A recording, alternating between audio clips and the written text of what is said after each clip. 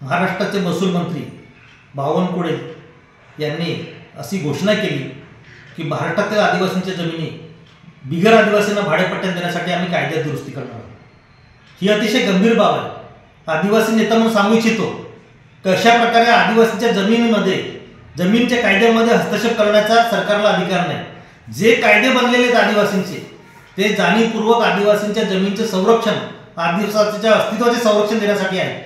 आणि म्हणून महाराष्ट्र जमीन महसूल कायद्यामध्ये 66च्या कायद्यामध्ये जे 36 कलम आहे हे कायद्याचे जमीन म्हणजे संरक्षणासाठी आहे। याच्यामध्ये सरकारला जो अधिकार आहे परवानगी देणे वगैरे, सरकारने पालकत्वाच्या भूमिकेत राहिलं पाहिजे। आदिवासी भूमिहीन करायचा, आदिवासींच्या जमीन दुसऱ्याला भाडेपट्ट्याने द्यायच्या, एकदा भाडेपट्ट्याने दिल्यानंतर तो कायदेशीर पुरावा म्हणून सामने मला वापरतो ना, आणि भाडेपट्ट्यात जमीन उद्या तो नावावर करून घेईल। विशेषतः आदिवासी भागामध्ये जे खाणी आहेत, गौण खनिज आहेत, विशेषतः विदर्भामध्ये भंडारा, गोंदिया, गडचिरोली याच्यामध्ये आदिवासी जमीन चालल्या जातील आणि इतरही भागामध्ये हायवेला टच आदिवासींच्या जमिनी आहेत। अशा प्रकारे भाडेपट्ट्याने देण्याचा जो निर्णय तो चुकीचा आहे। यापूर्वीच्या कोणत्याही महसूल विभागाने, महसूल मंत्र्याने केलेलं नाही, सरकारने केलेलं नाही असा प्रयत्न हा बेकायदेशीर गोष्ट आहे। आदिवासीवरचं हे आक्रमण आहे, आघात आहे। जसं आरक्षणाची लढाई आहे तसं जमिनीचं अस्तित्व हे आमची आरक्षणाची लढाई आहे।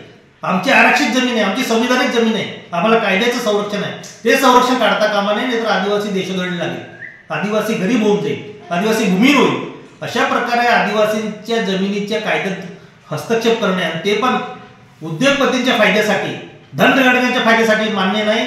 आदिवासी आमदार, खासदार आणि ती समिती, आदिवासी सल्लागार परिषद, त्याची तुम्ही संमती घेतली पाहिजे। असं मंत्री परस्पर निर्णय घेऊ शकत नाही। आदिवासीचे कायदेशीर धोरणात्मक निर्णय घ्यायचे असतील तर आदिवासी सल्लागार परिषद, ट्रायबल ॲडव्हायझरी काउन्सिल आणि गव्हर्नर यांची परवानगी घ्यावी लागेल। ते शक्य नाही आहे, कारण आम्ही आदिवासी एक आहोत। बावनकुळे साहेब, या भानगडीत तुम्ही पडू नका, आदिवासींच्या कायद्याला हात लावू नका असं मला ठाम सांगायचं आहे। आणि बावनकुळे साहेबांची घोषणा अतिशय चुकीची आणि बेकायदेशीर आहे आणि आदिवासींचे विरोधी आहे। आदिवासी याच्यामध्ये खलास होऊ शकतो, आदिवासींच्या अस्तित्वाला धोका होऊ शकतो, हे मला खास सांगायचे आहे। आणि आदिवासींनी जागृत व्हा, या धोरणाला विरोध करा असं मला आवाहन करायचं आहे।